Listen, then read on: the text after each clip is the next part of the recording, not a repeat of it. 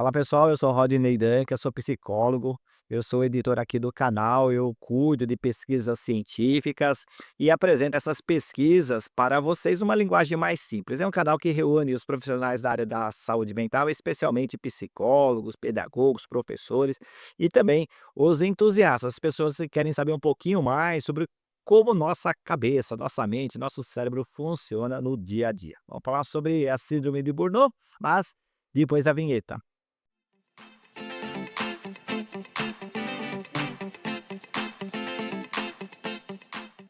Fala, meu amigo, agora de forma definitiva, obrigado por estar aqui. Vamos conversar 10, 15 minutinhos. Eu fiz uma pesquisa bem interessante sobre a síndrome de Burnout que atinge os brasileiros. Vou falar sobre dados estatísticos, vou falar sobre com informações científicas, vou apresentar para você tudo o que está acontecendo na atualidade. Vou pedir só uma única coisa: se inscreva no canal, ative o sininho, vai receber vídeos e episódios como esse.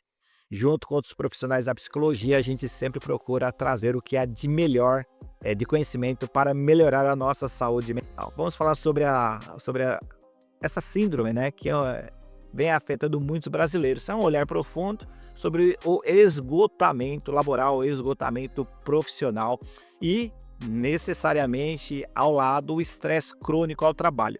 Cara, dá uma olhadinha aí, ó, a Organização Mundial de Saúde, o que nós chamamos de OMS, classifica o burnout como um fenômeno ocupacional. Está relacionado ao trabalho. Não é uma condição médica, mas um problema relevante que afeta o trabalho e atinge milhões de pessoas no mundo inteiro. No Brasil, a situação é extremamente alarmante.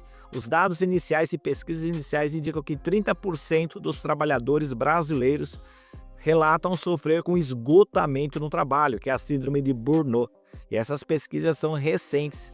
Isso representa praticamente um terço da força de trabalho. Então, no seu trabalho, a cada 3 pessoas, incluindo você, uma está em síndrome de Burnout. É exatamente isso, não importa qual seja o seu trabalho. Claro que tem profissões que são afetadas com maior intensidade. É o caso dos profissionais da área da saúde, é o caso de policiais. A gente vai ver tudo isso, então acompanhe até o final que você vai entender. E quando a gente fala de Burnout, uma coisa interessante que se fala nas faculdades, nos cursos, nas palestras, são as 3 dimensões. Então, o Burnout, a síndrome de Burnout tem 3 dimensões principais que uma interage com a outra, cara, e você tá vendo aí.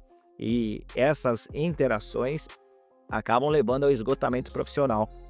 Do que a gente está falando? Da exaustão emocional, da despersonificação da pessoa e das pessoas que se relacionam e da redução da realização pessoal. Tudo isso leva ao esgotamento, ou isso é o próprio esgotamento da síndrome de Burnout. É algo que preocupa principalmente os profissionais da área da saúde, com relevância para os psicólogos e psiquiatras. Evidentemente que tudo pode ser trabalhado, tudo pode ser ajustado, pode ser melhorado. Cara, quais são as profissões com maior risco da incidência do esgotamento? Tipo, eu não aguento trabalhar, não quero acordar cedo, eu tenho que ir cedo para o trabalho, isso já dá um ir tarde, o horário que eu entro, eu não tenho vontade de trabalhar, não quero falar com o meu chefe, não quero falar com o meu colega. São 5 profissões que mais estão afetas ao burnout, né? E, claro, qualquer profissional pode ser afetado, mas os profissionais ligados à saúde mental representam quase 50% dos casos. Isso significa que médicos, enfermeiros, auxiliares, todos que trabalham com a saúde, psicólogos, né? O pessoal que trabalha com radioterapia, cara, todos, de cada 2 pessoas, uma está com síndrome de Burnout. E não há como tirar agora, evidenciando após período pandêmico, os educadores, professores, pedagogos, diretores de escolas, monitores, principalmente de escolas públicas estaduais, cara.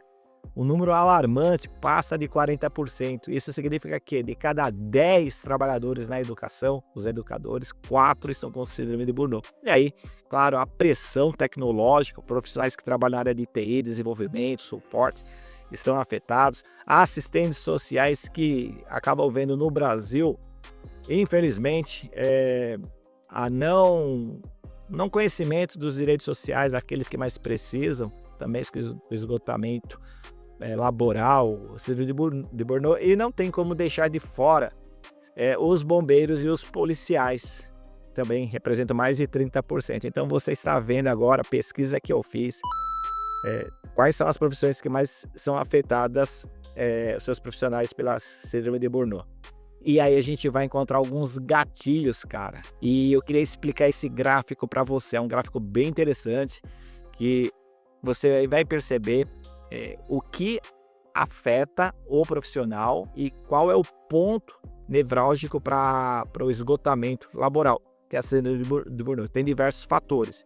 A carga de trabalho excessiva, conflito de valores, falta de justiça, comunidade tóxica, cara, isso é importante falar, recompensa insuficiente, que é o salário, e falta de controle. Então são 5 fatores, mas qual que mais pesa desses 5? O que mais pesa é a carga de trabalho excessiva. Então, policiais estão com carga de trabalho excessiva, profissionais de TI estão fazendo 80 horas semanais, o pessoal da saúde não está aguentando, educadores, dupla, tripla jornada. Então, carga de trabalho é o que pega. E outra coisa que pega bastante, se você olhar aí, conflito de valores. O que eu penso é uma coisa, meus valores são outros em relação ao que a instituição quer que eu pregue. Isso aí tem o seu peso respectivo. A falta de justiça entre as pessoas, né? Pessoas iguais, tratamentos iguais, não. Pessoas que são amigos do rei, melhores tratamentos em relação àqueles que não têm esse conhecimento, talvez político ou talvez com a chefia.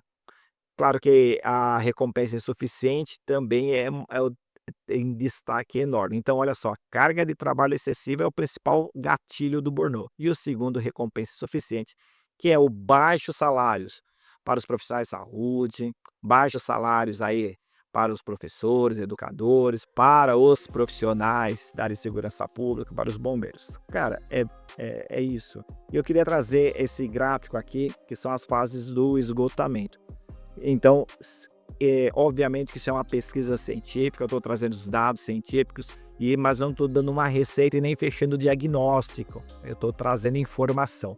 E se você quiser saber um pouquinho mais sobre a psicologia, quiser falar com alguns dos nossos psicólogos, eu vou deixar o WhatsApp aqui na descrição do vídeo. Se quiser trocar uma ideia, pode chamar a gente no WhatsApp sem problema nenhum, tá? Então, quais são as fases do esgotamento? Burnout não acontece, claro, de um dia para o outro, da noite para o dia, não é nada disso. Dormi bem, acordei com burnout. Isso é um processo que vai acontecendo ao longo de tempos, né? Ao longo de tempos. Pode ser semanas, pode ser meses. Cada pessoa a gente tem que entender de forma individualizada, pessoalizada e humanizada. Então, quais são as fases? Primeiro, a necessidade de se afirmar. E aí você vai, para você se afirmar, mais trabalho e menos descanso. Olha só, então isso vai aumentando. Até aí tudo bem. E aí? E aí a pessoa precisa se afirmar, trabalha mais, não descansa e ela acaba negligenciando as suas necessidades pessoais. Cara, você precisa viver com a sua família, você tem que estar com quem você ama, com quem você gosta. Não é para amanhã que eu vivo com meus familiares, com meus amigos. Eu tenho que sair, eu vou comer um lanche, vou socializar, vou num lugar que eu nunca fui, eu vou fazer o vídeo da internet. Cara, terminando esse vídeo aqui, que eu acho que é extremamente importante, já vou sair, vou comer um lanche ali, vou socializar num espaço gamer lá, que é meu hobby. Depois eu vou arrumar meu carro, queimar a lanterna. E eu tô falando verdade, cara. É o que vai acontecer daqui a alguns minutos, então logo eu termino esse vídeo. Então a gente não pode negligenciar as necessidades pessoais. E aí, vou estudar também no tempo certo, vou assistir meu streaming, vou sair com a minha esposa, vou falar com meus amigos do trabalho, com meus amigos do trabalho, falar de assuntos não relacionados ao trabalho. Já liguei para 2 amigos meus, um que vai passar por cirurgia cardíaca, como é que você tá? Tá tudo bem? Isso, né? Tudo isso é humanidade e você não pode negligenciar essas necessidades de socialização, de contato, do dia a dia, cara. Senão você vai entrar na crise de burnout. Eu tenho muitos amigos policiais, tenho muitos amigos da área da saúde, muitos amigos aí, agentes públicos. Cara, os caras ficam das 6 da manhã até meia-noite, cara, só falando de serviço, fazendo dupla jornada, tripla jornada, e os caras estão em esgotamento total. Aí depois você negligencia, você entra pra mudanças de comportamento, passa a ser um cara ranzinza, não sorri, não fala, não dialoga, não entende as pessoas com humanidade, só patada, só hater, só falando mal. É isso, cara, isso vai evoluindo, né, isso vai crescendo, e a pessoa vai internalizando esses comportamentos. Dentro de uma linha de atuação da psicologia, que é chamada de TCC, você passa a ter pensamentos automáticos e atitudes automáticas em razão do próprio burnout. E aí você entra numa espiral decadente, descendente, e você não consegue sair se não tiver profissional ligado à área da saúde, cara, ou psiquiatra ou psicólogo. E aí, entrou nessa descendência, você tem o esgotamento físico e mental, e aí eu já falei. Cara, eh, não é prognóstico, não é diagnóstico, não é receita, mas existem algumas estratégias de prevenção contra o burnout. É óbvio, né, e aqui eu vou citar algumas como psicólogo. Claro que eu não estou te atendendo, não estou fazendo nada, mas existem estratégias. Quais são essas estratégias que eu posso falar que a psicologia recomenda?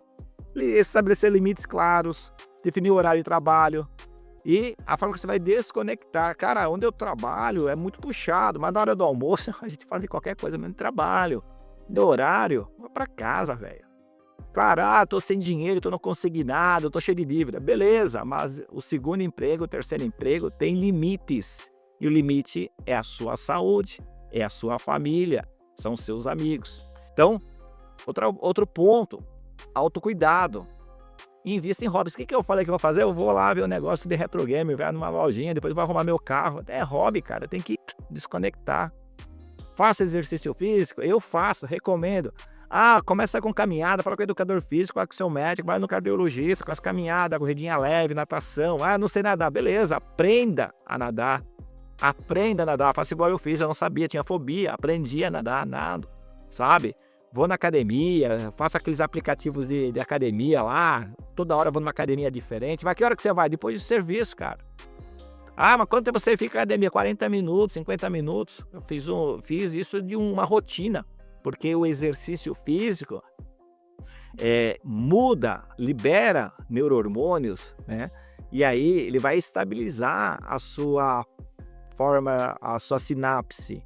Isso é muito bom, muito bom. Então, também técnicas de relaxamento, meditação, respiração profunda, o mindfulness. É extremamente importante. Se você quiser saber alguma coisa sobre isso, mais uma vez, vou deixar aqui o meu WhatsApp e converse. A gente tem um grupo de psicólogos aqui que pode conversar com você, te atender.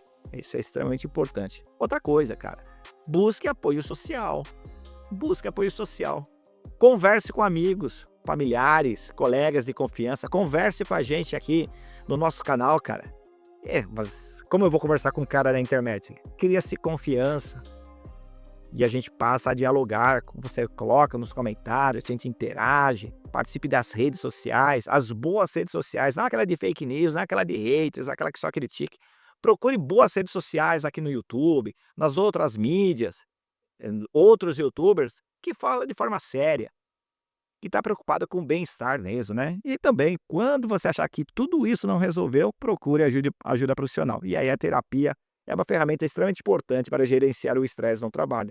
Precisa falar com o psicólogo, não conhece? Meu WhatsApp está aqui embaixo, a gente indica sem problema nenhum, tá? E olha só, quando a gente falou agora da pessoa, e a empresa?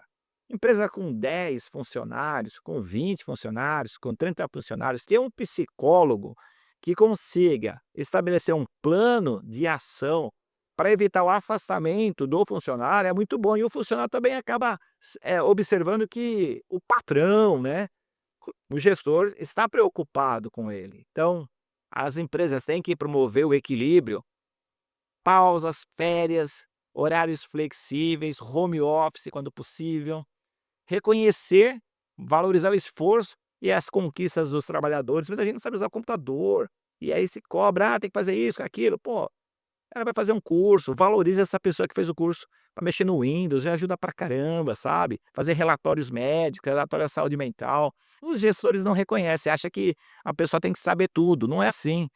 Procure estabelecer uma carga de horário justa, né? Eu lá, aqui no podcast, aqui no nosso canal, As pessoas que trabalham, elas têm horários super flexíveis. E o horário flexível não quer dizer que não tem cobrança. Estou dando um exemplo aqui do podcast para a gente mostrar a realidade, não é o que eu falo, é o que eu falo e o que eu faço. Então existem funcionários do podcast aqui do canal que trabalham em home office. Aí tem as reuniões, tem que apresentar os trabalhos, cumprir as metas. O cinegrafista, por exemplo, que trabalha todo dia, ele chega no horário super flexível, não precisa chegar às 8 horas. O podcast não começa às 8 horas, mas às 10 horas ele chega. O horário vai até às 17. Ah, ele trabalha pouco. Não, porque quando tem gravação à noite, ele fica depois do horário. Então existe toda essa compensação. Dia desses você fala, tem o cardiologista às 15 horas. O que eu faço? Vai lá no cardiologista. Aí a gravação? A gravação o outro faz, cara. Então, tem que ter esse equilíbrio. E se o chefe não tem esse equilíbrio, ele é apenas chefe, não é líder. Mas não é ser bonzinho. Não é ser bonzinho. É estabelecer metas, limites, obrigações, tudo isso. E claro, a empresa tem que ter a cultura do apoio, criar um ambiente seguro onde as pessoas se sintam livres em falar. Não é ter um medo, eu tenho medo porque errei. Você errou, você vai falar, errei no serviço, mas eu preciso abrir aqui porque eu não estou me sentindo bem, estou tendo perseguição, sempre tem piadinha, eu não estou me sentindo bem no horário. Esse é a cultura de apoio, cara, que é difícil ver em instituições públicas, né? Por causa do temor reverencial, mas nas privadas isso é um pouco mais fácil. E claro, investir sempre em treinamento, e os chefes, líderes estarem sempre atentos aí para qualquer mudança do comportamento das pessoas. Os números são preocupantes, 30% de trabalhadores brasileiros sofrem burnout, sendo que essa tabela que eu pesquisei e coloco para você, profissionais da saúde, professores, educadores, pedagogos, profissionais da área de informática, assistentes sociais e policiais e bombeiros estão na lista mais perigosa de burnout. Você gosta de vídeos profundos como esse, com pesquisas na área da saúde mental? Então, coloca aqui embaixo nos comentários que você curtiu, se inscreva no canal, ativa o sininho e até o próximo.